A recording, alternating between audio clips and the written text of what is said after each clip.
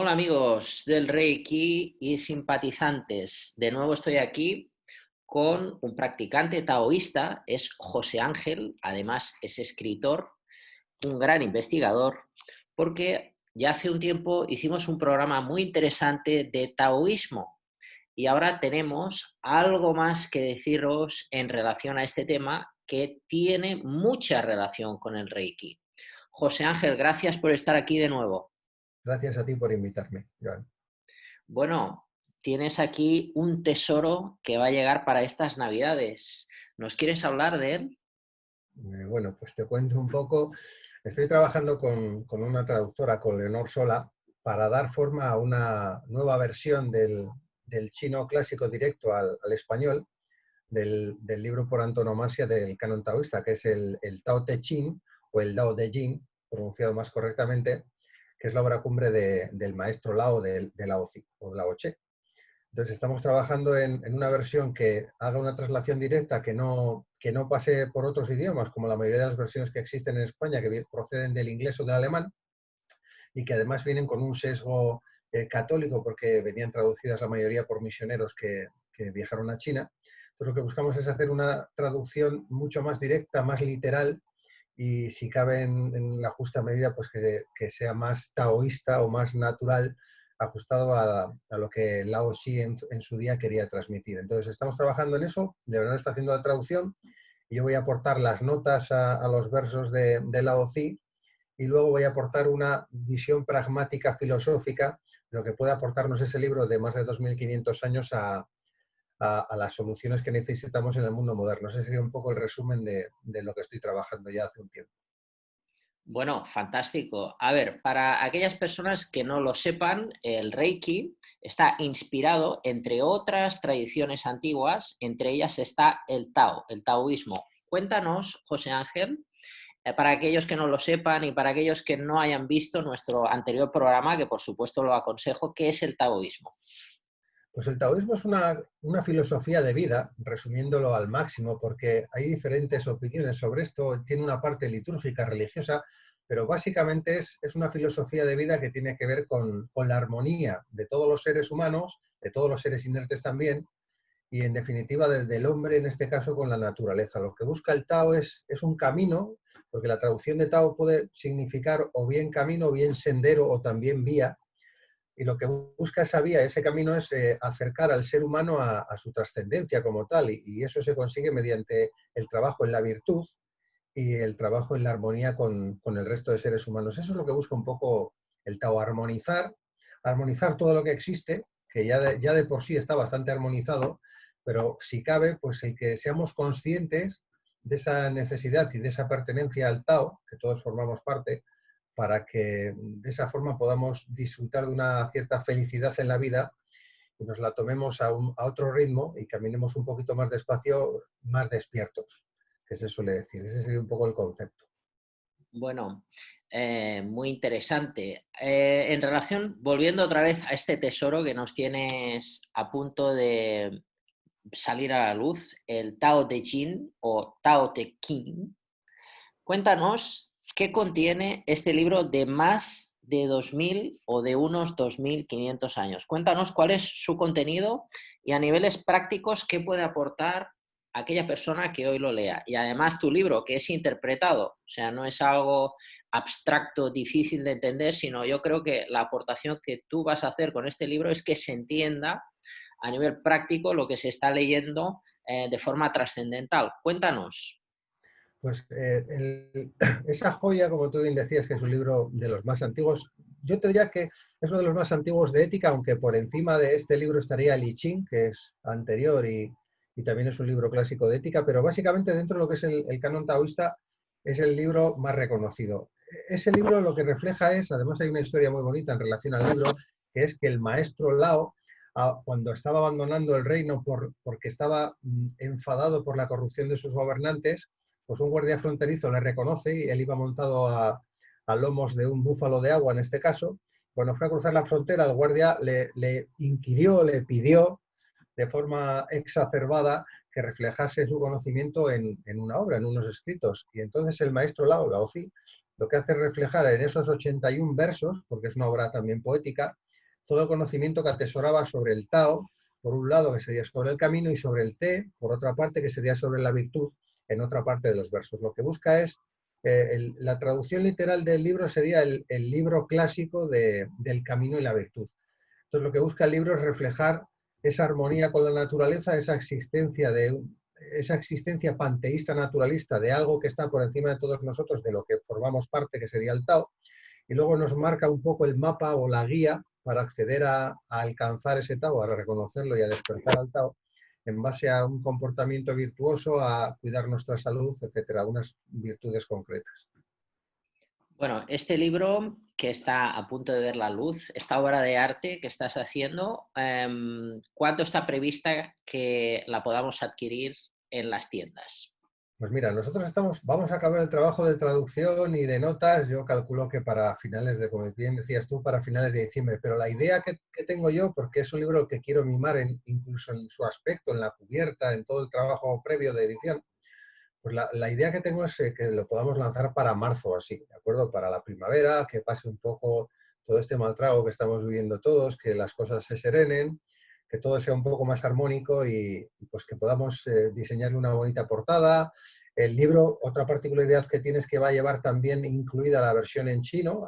La persona que entienda chino, que quiera aprender chino, lógicamente, pues va a poder practicar con la traducción literal. Entonces va a llevar la parte en chino, la parte en español directamente, luego unas notas en cada página, más luego 2 páginas completas por cada página de texto del Tao Te Ching, con ese comentario filosófico aplicado un poco a las necesidades del hombre moderno, porque en muchas ocasiones lo más complejo de todo esto, también seguramente que sucede con el Reiki, es hacer comprender a las personas que un libro tan antiguo puede aportar soluciones en un mundo tan moderno o tan tecnológico, y sin embargo esto es así.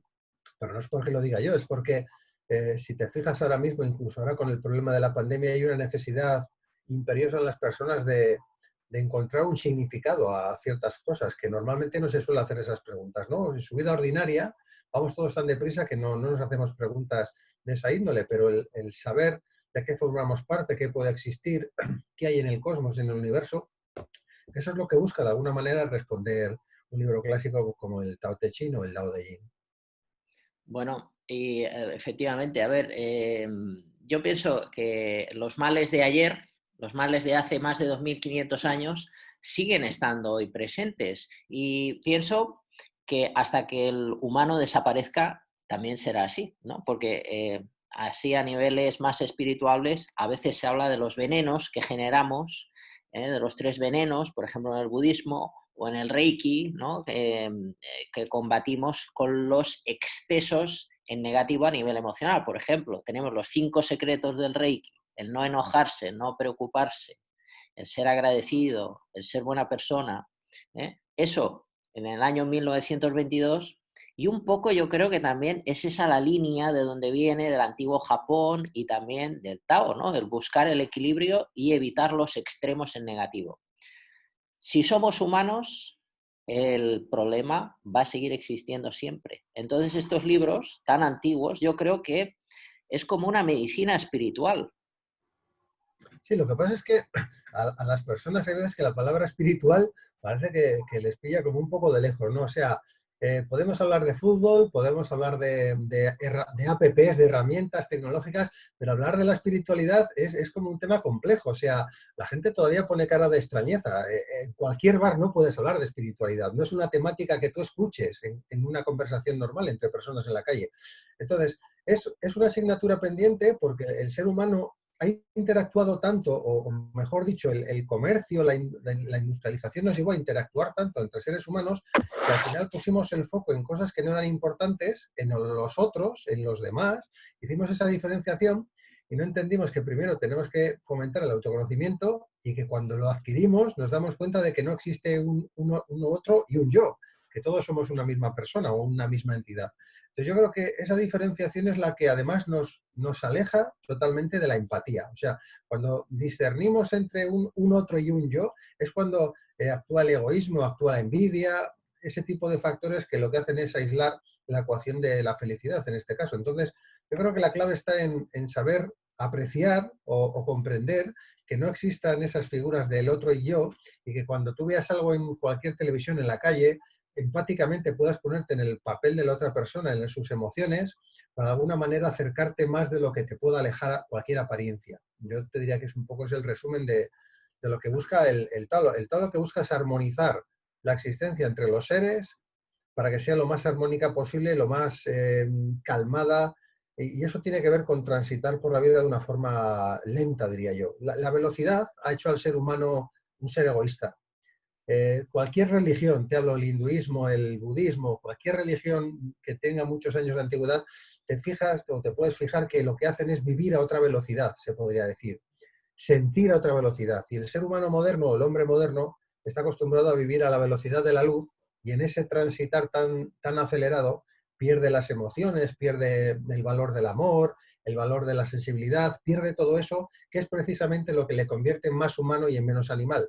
Pues podría decirse que cuando corremos mucho nos volvemos más animales en nuestra forma de sentir y cuando somos tranquilos, somos capaces de meditar nuestras decisiones, de no actuar con dobleces, es cuando se ajustan más al Tao. Bueno, yo desde luego es un libro que quiero y lo aconsejo. Estoy deseando que vea la luz, ya que creo que es como recibir una iniciación, leerse este libro. A niveles prácticos, para que no se entiendan cosas, pues a veces, como tú decías, ¿no? Si hablo de la palabra espiritual, quizá suena como algo extraño. A niveles prácticos, ¿qué puede aportar este libro a una persona que lo lea?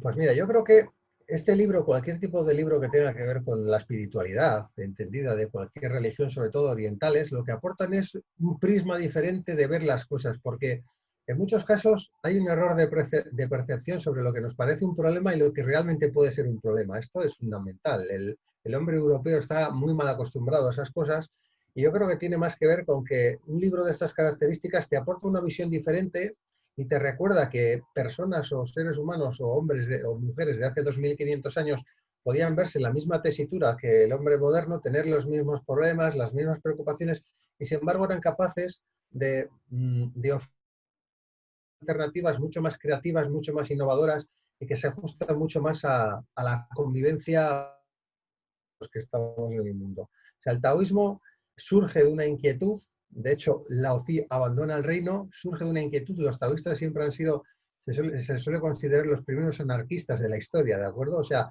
estaban acostumbrados a vivir en comunas, en el campo, una vida muy natural, y huían un poco de la corrupción que se generaba en las grandes ciudades, en los reinos.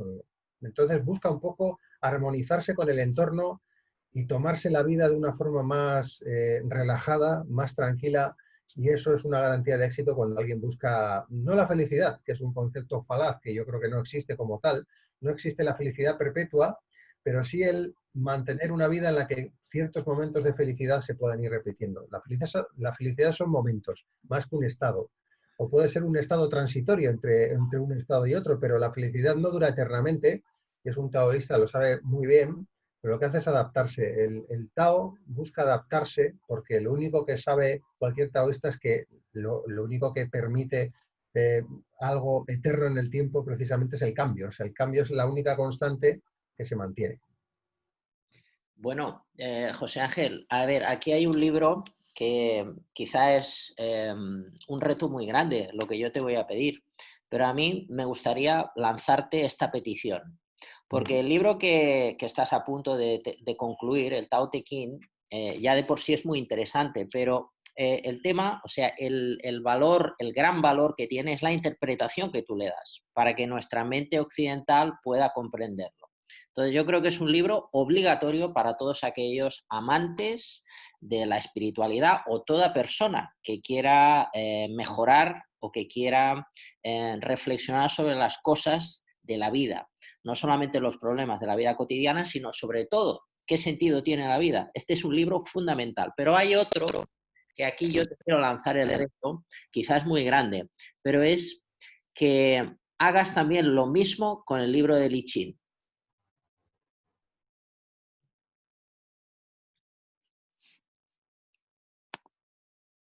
El libro de Lichín. Bueno, por ejemplo, hay muchísimas interpretaciones. Pero yo creo que la mayoría de las interpretaciones sobre Lichín se han hecho desde la parte oracular. porque el libro de I Ching se ha utilizado muchísimo como oráculo en China, por los gobernantes especialmente.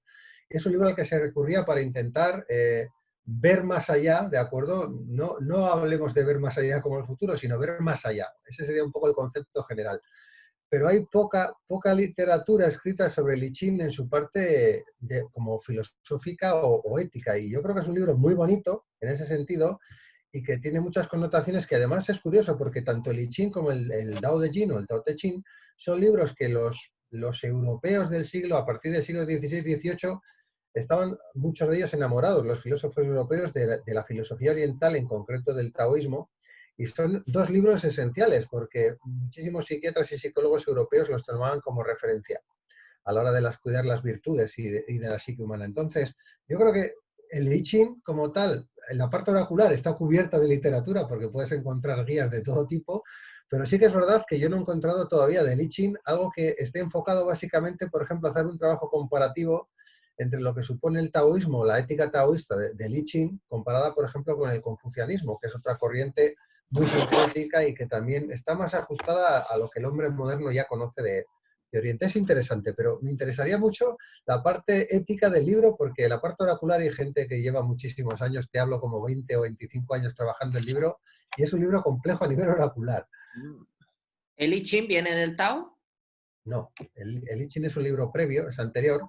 A ver, el taoísmo surge de el origen o de donde parte todo esto, yo te diría que inicialmente sería el chamanismo.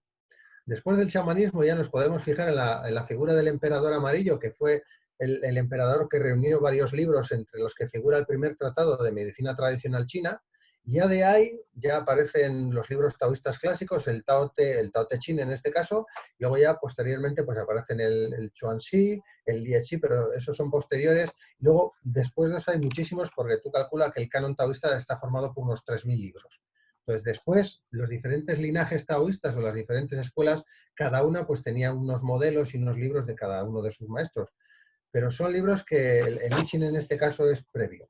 Es previo y yo te diría que el taoísmo procede del chamanismo, que es la corriente filosófica naturalista más cercana al respeto por la naturaleza, al ecologismo moderno, tiene mucho que ver con el chamanismo. El chamanismo es una forma de intentar conectar con la madre naturaleza de una forma directa, sin pasar por ningún filtro, sin pasar por ningún dios, sino que directamente es como enchufar el micrófono directamente con la madre naturaleza y que se comunique contigo. Después de eso llegó el taoísmo, que es una interpretación muy acertada de ese panteísmo naturalista, y luego ya posteriormente surgieron otras escuelas, porque el confucianismo, que está tan en moda en Europa, pues se ajusta más al trabajo de la ética y la moral.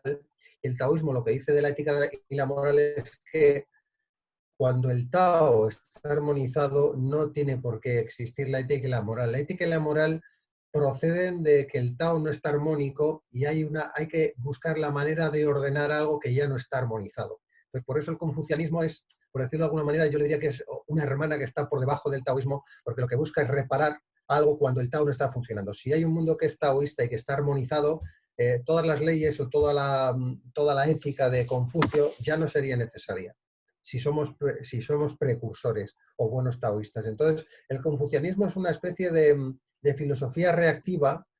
De hecho, Confucio tuvo muchísimos problemas con los monarcas con los que trabajó, precisamente porque él incluso acabó desahuciado y acabó bastante defraudado por lo que se había encontrado. O sea, no puede servir tener muy buenos consejos éticos para unos gobernantes que luego no tienen ninguna ética, ¿no? Entonces, Confucio se enfrentó a ese problema. Por eso el Tao o el taoísmo lo que dice es que si todo está armonizado, el gobernante debe ser sabio, no tiene que trabajar con la ética y la moral. El gobernante tiene que ser de por sí, naturalmente ya tiene que ser ético, tiene que ser honesto y tiene que ser verdadero. Eso es lo que promueve el Tao. Bueno, José Ángel, ¿dónde podemos encontrar tu libro cuando ya esté en el mercado? Bueno, pues los libros que lanzo yo al mercado, todos están disponibles en cualquier librería en España, se pueden pedir, en cualquier librería que te acercas y puedes solicitar cualquier libro mío. Lógicamente también estarán en Amazon y luego en formato ebook, pues suelen estar en la Casa del Libro, en FNAC, en el Corte Inglés, quiere decir que tiene distribución máxima, porque la editorial con la que yo trabajo, Círculo Rojo, tiene distribuye a través de Logista, y Logista tiene miles de puntos a nivel nacional en toda España. O sea, que se puede pedir en cualquier sitio, bajo pedido en cualquier lugar. Entonces va a ser sencillo, como hablábamos en alguna ocasión, el que quiera acceder al camino, pues es cuestión de buscarlo, porque al final esto tiene mucho que ver con un cuento muy bonito de Jorge Bucay, que hablaba del buscador. O sea, es importante buscar. Lo esencial en la vida es no dejar de buscar nunca. No dejar de ser inocente nunca, o tener un alma de niño, un corazón de niño y puro, y no dejar de buscar nunca, porque el camino se encuentra caminando, no se encuentra sentado por el camino ni esperando a que alguien te traiga un mapa de carreteras o un GPS. El camino se encuentra, uno encuentra el camino caminando. Entonces es importante transitar con esperanza, nunca mejor dicho, intentando respetar a todas las personas o todos los seres con los que te cruces por el camino, no ser violento, no ser egoísta, no tener dobleces, ser veraz, ser honesto, y con eso, y ser humilde, y con esa humildad se consiguen grandes retos, porque la felicidad no está detrás del éxito, aparentemente. En la sociedad moderna se dice que sí, pero la felicidad está en encontrar la armonía. Se puede tener mucho dinero y no se puede ser feliz. Se puede tener muchos coches y se puede ser un desgraciado. Se puede tener muchísimas propiedades y no tener el alma pura. Quiere decir, la felicidad tiene que ver con tu estado armónico interior, no tiene que ver con las propiedades. Entonces, ese concepto choca frontalmente con el capitalismo moderno, por ejemplo. ¿De acuerdo? Entonces, lo que dice el Tao es que cualquier exceso es malo. Y llevando esto a la vida moderna, esto significaría que tanto el capitalismo como el comunismo extremos son totalmente negativos, y tiene que haber un punto, un término medio en el que exista la virtud. Entonces, la clave de todo, como en la vida, está en transitar por el camino y encontrar ese punto medio, que es lo complejo. Pero yo creo que si pones el corazón, nunca mejor dicho, en lo que haces y meditas profundamente, es más sencillo alcanzar esa plenitud espiritual, por llamarlo de alguna manera. Bueno, maravilloso todo lo que nos estás diciendo. Gracias por tu aportación, José Ángel. Te deseo mucho éxito en este libro y espero que hayan próximos que también nos desveles y nos hagas entender mejor los misterios del Antiguo Oriente. Gracias. A ti, Joan. Muchísimas gracias. Buen día. Buenos días. Saludos a todos. Hasta la próxima.